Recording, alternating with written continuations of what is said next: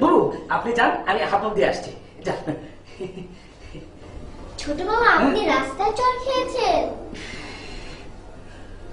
নানা নানি তো অসুস্থ, রাস্তায় বের হতে পারে না, তাহলে মামাকে চড়টা মারলো কে?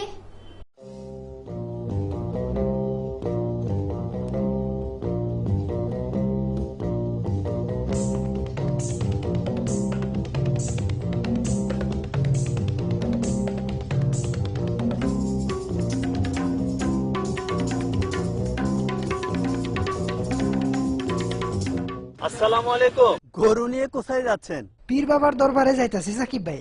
তুমি তো বেশ ভালো ছেলে, নামাজ কালাম বাদ দাও না। তোমারও পীরের দরবারে যাওয়ার দরকার। পীরের সাফায়াত ছাড়া কেউ জান্নাতে যেতে পারবে না, বুঝলা? ভাইরে,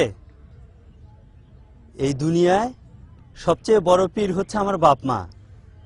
বাপ মা সম্পর্কে আল্লাহ কি বলছেন জানো? আল্লাহ কি কইছেন?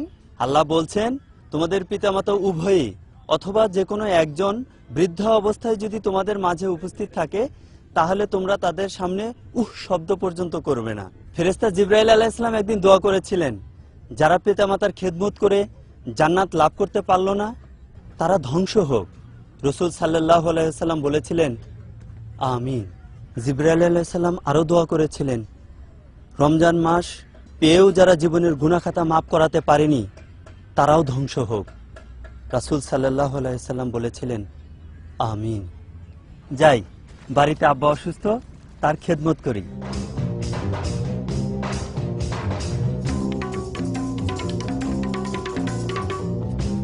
চাচা, সাকিব ভাই যা কইলো তার মধ্যে তো বাপ মায়ের কথা আছে, রোজার কথা আছে, কিন্তু পীর বাবার তো কোনো কথা নাই।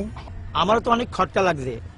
আমাকে মসজিদের বড় হুজুর, মাদ্রাসার বড় হুজুর, তারা তো অনেক কোরআন জানে, কোরআন পড়ে। তাকে তো কোনোদিন পীরের দরবারে যাইতে দেখি নাই। আমি আর পীরের দরবারে যাবো না। গরু এখন কি করুম? চাচা, একটা বুদ্ধি আইছে। আমগো বাড়ির পাশে যে এতিমখানাটা আছে না, চলেন গরুটারে এতিমখানায় দান করে দিই। ঠিকই বলেছো ভাতিজা, পীরের মাজারে দেওয়ানোর চেয়ে এতিমখানা দেওয়াই ভালো। চলো।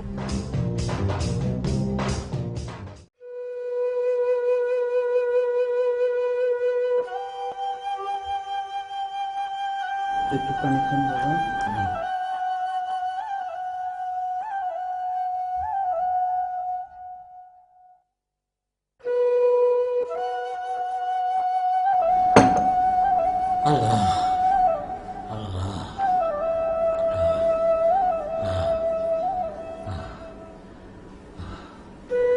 সুখে থাক বাবা। আল্লাহ, তুমি আমার ছেলেকে রহম করো, তাকে তুমি হেফাজত করো আল্লাহ। আল্লাহ,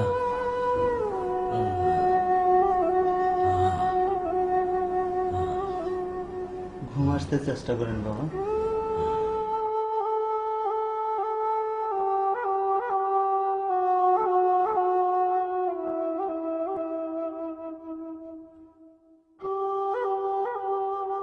মা রান্না করতেছে।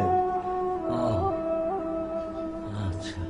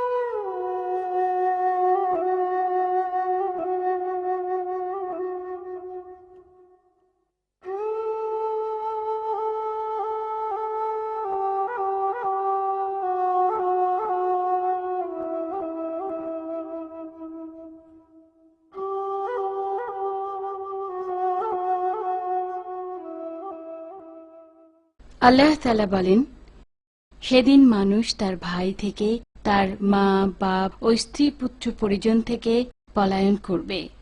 তাদের প্রত্যেকেই এইরূপ ব্যস্ত হবে যে কেউ অন্য কারো দিকে মনোযোগী হতে পারবে না। আম্মি জান, সেদিন কি আপনিও আমাকে দেখে পালিয়ে যাবেন? আসসালামু আলাইকুম।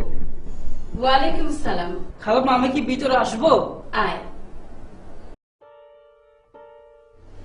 খালাম্মা, মসজিদ থেকে আমি এসা নামাজটা পড়ে আসবো? যা, যাওয়ার সময় বাইরে তালাটা দিয়ে যাস। আর শোন, তাড়াতাড়ি এসে খেয়ে ঘুমিয়ে যাস। সকালবেলা ফজরের নামাজ শেষে আমাদের বাড়ি যেতে হবে। অহংচি নানা জানাই শরীরে আবার খারাপ হয়েছে। আপনি কোনো চিন্তা করবেন না খালাম্মা, আমি কালকে ফজর নামাজ পড়েই এক দৌড়ে যাবো, আরেক দৌড়ে চলে আসবো। আচ্ছা।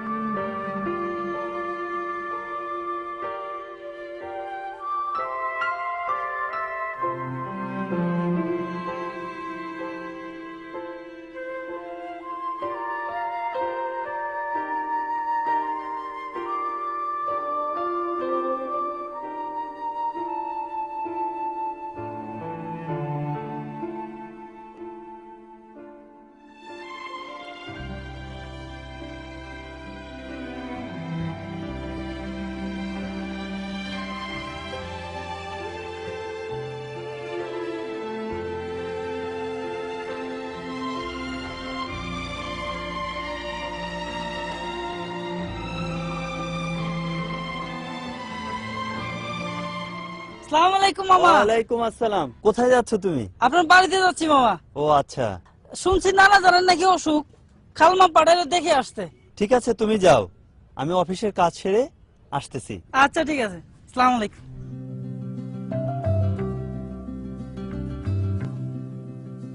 বসে আছি পথে এক গালে চর খেয়ে, পথে আর কঠোর বাড়ি চল, ব্যথা লাগে তো। বাড়ি চল, মানুষ দেখে ফেলবো ভাইজান। বাড়ি চল। ভাইজান, ও ভাইজান কাটা ছিঁড়ে গেল। বাবা মা বাসায় অসুস্থ, আজকে বাড়ি চল, দেখবো তোরে। ভাইজান যাইতেছি, একবারে গেলে সর খাই, একবার কাটটাই রে, কি যে করি। ও ভাইজান সরি ভাইজান। চল। ও ভাইজান, বাবা মা অসুস্থ। ও ভাইজান, আয় কাটা ছিঁড়ে গেল।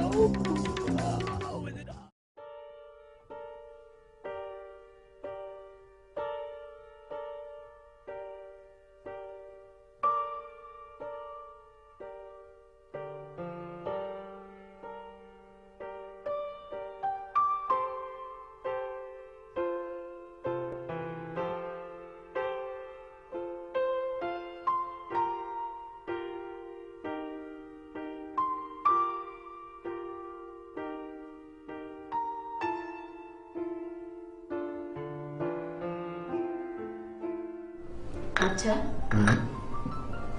পরকালে আমি যদি জান্নাতে যেতে না পারি, আপনি একাই যদি জান্নাতবাসী হন, তাহলে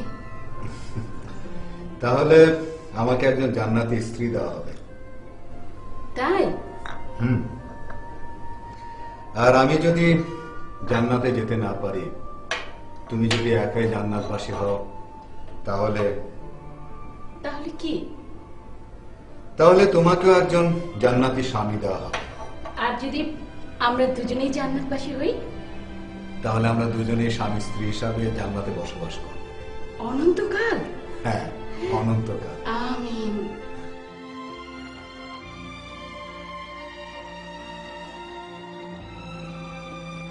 কি ভাবছো? ভাবছি না, মনে মনে প্রতিজ্ঞা করছি। প্রতিজ্ঞা করছো? হ্যাঁ, ইনশাআল্লাহ ইহকালে যতদিন বেঁচে থাকবো ততদিন আল্লাহকে খুশি করার জন্য কাজ করব, সেই সঙ্গে আপনাকেও। আমিন।